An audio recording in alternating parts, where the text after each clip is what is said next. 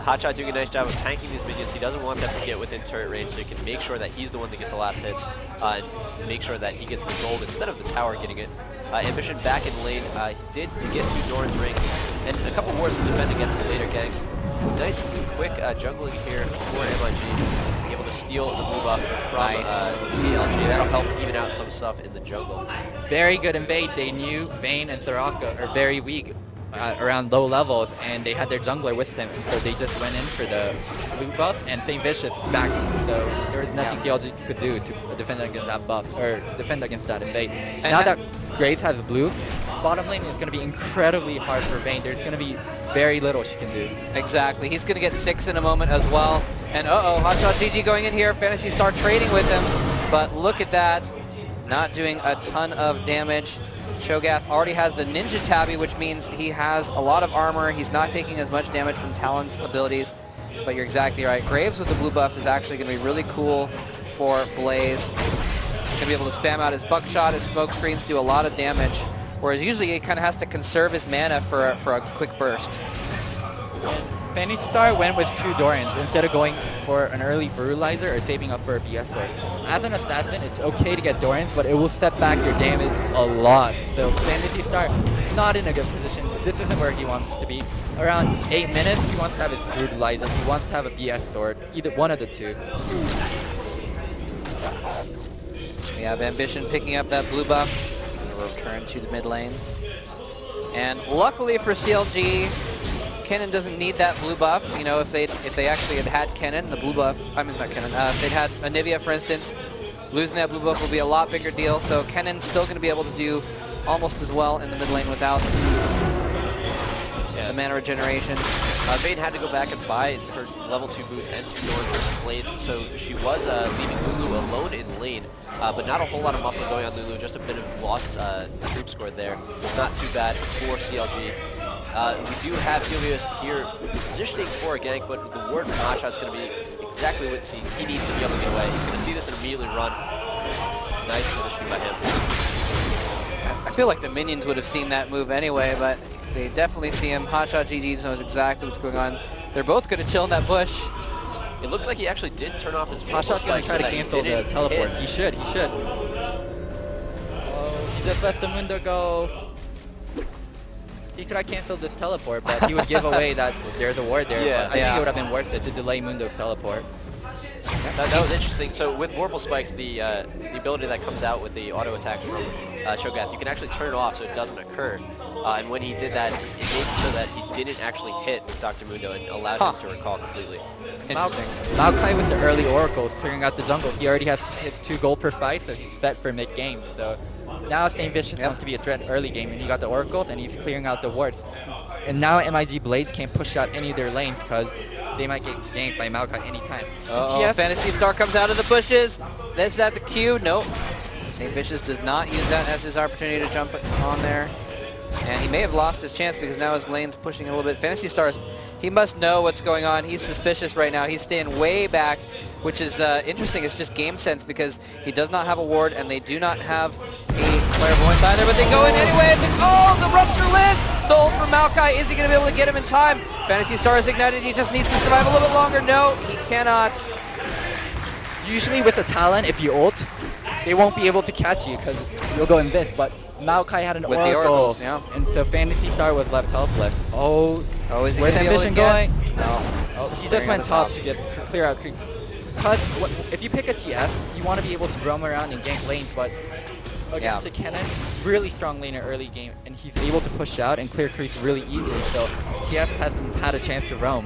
And also with their bot is Graves and All-Star, so they're always going to be pushing out, so the only lane he can realistically gank is top, but it's Cho'Gath, and it's really, really hard to gank a Cho'Gath, especially when Talon doesn't have any damage items. 12 minutes into the game and all he has is double Doran's, no mental, and level 1 boost. He's not going to be doing any damage to Cho'Gath. Blade's in a really bad position. And the longer the game goes on, the more Vayne's just going to get stronger and stronger, and Vayne's one of the hardest, or one of the strongest late game AD carries. Yeah, we also see Mundo having a bit of a tough time in the jungle as well. He's able to go through it quickly, but he's needing to constantly cover for his teammates. And because of that, he's pretty low in the item department as well. But now he is going to try to do some counter jungle. He does know that Maokai's bottom lane, but this is going to be a gank for CLG. Are they going to be able to pull it off on Lust Point? No, they're not, but that's going to scare them back a little bit. Continue to do some poke with the tossing of those saplings. A good attempt there by St. Vicious, but not able to quite pull it off. But yeah, I really like how St. Vicious gets that early Oracle so often. It's so handy for clearing things out. And of course it means that he can always know when he is detected or not if he's going for a gank. So that's something additional that he gets out of that. Of course he does have to spend an early 400 gold on it. And Kennen going for a very early rod. As Kennen, you don't need to get Doran because you don't have mana. Yeah. And he could have gone for a Will of Ancients, but he realized there's nobody else on his team that really does a lot of magic damage, so he just went straight for damage, which I really like. Yeah, and because all the lanes for CLG were able to push up, they were able to secure all the ward coverage around their own blue buff, make sure they didn't lose the third one to the MiG team. Despite now they're actually going to be able to get some wards in the enemy jungle, know exactly where Dr. Ludo is going, and hopefully shut down a bit of his counter jungling that he's got going on. Despite that early advantage that CLG got from the switching of the lanes, zoning out Talon and zoning out Graves a little bit as well, we do have Vayne has fallen behind in creep score, over 20, actually almost 30 behind Graves now. So the tables have turned, and with that Alistair there threatening to headbutt and pulverize you, it's much harder to get creeps. Oh, St. Vicious coming into the middle here. Ambition, if he pushes up a little bit farther, will be in danger. There he goes in. Oh, the root goes down on there. They're going to dive in. They're going to dive in. The ult goes up. Big Man GG goes on tower. Oh my god, the Ignite takes him out though. Beautiful clutch Ignite in the grips of death, in the throes of his own demise. Gets the Ignite off so that the turret hit and the Ignite would get the kill. Nicely done. GG went in a tiny bit early because St. Vicious was in his W state where he's untargetable, so the tower started targeting GG instead of St. Vicious, who wanted to tank. So if GG went in slightly a bit later, GG would have been safe and they would have been able to got a free kill. But now that because GG's dead and St. Vicious is low, MiG Blaze is able to pick up a free drag. And yeah, nice job for MiG to turn a bad situation into a decent one for them. It was a 1-for-1 in the middle. They did lose an assist to CLG, but that did give them the free dragon like you're talking about. Definitely able to even up the gold score, giving them almost a K gold advantage, 0.7 for the moment. But like you were talking about, Captain Jack doing a really nice job with this bottom lane, up to 130 CS. He has not gotten back in a really long time. Didn't actually buy any Dorm split, so he's going to be able to get that Infinity Edge really early if he wants to. GG picked up a chain vest, which means he's going for a Zanyas, which I really like. Now GG can flash ult into a team and he doesn't have to worry about getting headbutted out if he uses Zanyas. Or into a tower and be able to tank a bit of it. That's right. Yeah. That's right. You can avoid the tower aggro as well for a short amount of time. Zonia's Hourglass is basically an item that gives you some ability power, more magic damage, and makes you completely untargetable for about 2 seconds, I think, right? Not too sure on the numbers. Anyway, it's a short time. It's enough. It's enough. Uh-oh, St. Vicious coming top. Talon's out of position. He has to ult to get out of there. But with the Oracles, he's able to get him on tower enemies. It's a 4v1. Sorry, 3v1, but now it's a 3v2. The ult from Graves is able to get the kill. No! No, he does get away. Twisted Fate secures the kill on Maokai. Hotshot GG now running for dear life in enemy territory. And I'm sorry, he is not going to get away from 4 members of Blaze. The kill goes to Graves as well. And that gank attempt by St. Vicious turns into 2 deaths for CLG instead. They started out very strong, but CLG is letting this slip away from them. Yeah, really nice job by Captain Jack. They pushed up their lane. He went back. He actually bought a Bloodthirster early on, so that's going to give him a lot of lifesteal as he levels that up. And then they were actually able to go out and help the top, which it would have been a 2-for-2 gank. With the middle lane from CLG coming as well, it would have been really in CLG's favor, but just the surprise attack from MiG, great job to turn that around on them. They're actually able to push up this top lane, flipping the lanes once again.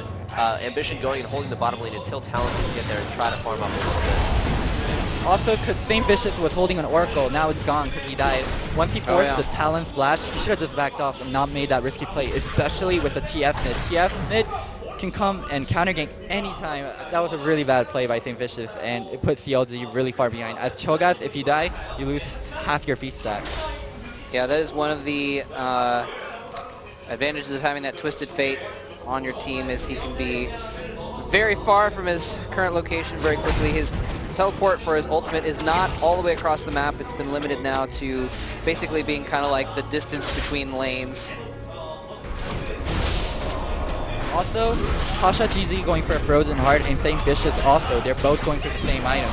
And because they're unique passives, they don't stack. One of them should be going for a different item. St. Vicious should be going for Randuin's because he already has a Heart of Gold. I don't like that they're both going for the same item. It's just bad communication. Yeah, bad communication, but before they get to the 5v5 fight, they will actually be able to use both of it if they're in different locations on the map. But a lot of the AD damage coming out of Talon is not going to be too high, considering this point in the game. He's only got 83 CS compared to Cho'Gath's 125, so really nice job for Hotshot on the top lane to take what was a 20 CS disadvantage and make that even larger to 40. We do have Dragon going to be up in a little over 2 minutes, so they got quite a while before anything crazy is going to be happening, but they're going to want to be mid, while Captain Jack is actually pushing up the top lane a little bit. Cho'Gath's going to try to say something about it, but Graves versus Cho'Gath, Graves is going to be able to get out quite easily, be able to dodge away from the Rupture, and then put on a lot of hurt. Also, Graves didn't go any Dorians, and he doesn't have a defensive summoner. He went Ignite Flash, which means Graves is a very, very easy target. He does the most damage on MiG Blaze, so CLG would want to focus Graves first. He has the least HP. He doesn't have an escape summoner other than Flash, so it's going to be up to Jack Fair to position really, really well in a team fight. Yeah, that's exactly correct. Of course, positioning is always pretty much very, very important for the AD carry. But oh, Ambition is teleporting in somewhere. Are they going to go for? Yes, they are going to go for double lift down here. He's starting on his ultimate. He's trying to find somewhere to escape to. He goes back in though, trying to get Ambition. Is he going to get the kill? Another roll, and Ambition is going to go down, but not before Vayne does. Blast Boy coming in, knocking that Big Fat GG ultimate out of the way. And Big Fat GG is going to get away with the ultimate on him from Lulu. Who's going to die? Everyone in both teams is so low on health, and it looks like Blaze is going to back off here. DLG doesn't have any damage, but other than Vayne, and Vayne died, and Big Fat is too low to stay in the fight any longer. And yeah, Blaze had their AD carry up top, so they aren't able to finish off anybody else. Yeah, and I feel that. Oh, the duel going on down here. Oh, Captain Jack looked like he was going to try and go for a kill, but Hotshot GG got back behind the tower. I felt that Chowster misused his ult. As GG still had his Zhonya's up, he could have Zhonya's and he would have been completely safe. If he ulted someone like Maokai who was up front, they would have knocked up people. They would have knocked people up into the air, and because of the slower, GG would have been able to catch up to them. Yeah, Giant Growth has both a defensive and an offensive capability to it. What they had to do is, because they were using it on Kennen, they only got the defensive ability out of it, and that's less than half of the total potential from that ultimate. Like you were saying, Zhonya's was up, it could have been used at that time, and maybe they could have picked up another kill or two if they positioned a little bit better. Double lift going for Infinity as on Vayne. I have never seen from him. I have never seen this from him before. He's going. He has sword and a pickaxe, so he's either going Bloodthirster into LW. But if he was going Bloodthirster, he would finish Bloodthirster because pickaxe costs 975 gold and the Bloodthirster recipe costs 900. So he's definitely more, yeah. He's definitely going for an Infinity Edge. Well, he is having a little bit of trouble farming, so he wouldn't be able to get the abilities. But we'll talk about that in a little bit. We do have a fight starting here. Oh, very nice goal from St. Vicious. St. Vicious gets way in the middle. He's going to try and get out. He does flash out now. The ultimate from Talon doing a lot of damage. Helios is very low on health. He needs to stay in the back now. Oh no, Ambition teleporting out does get Vayne after all. Vayne thought he was out of the fight. Whoa! Cannon pops immediately.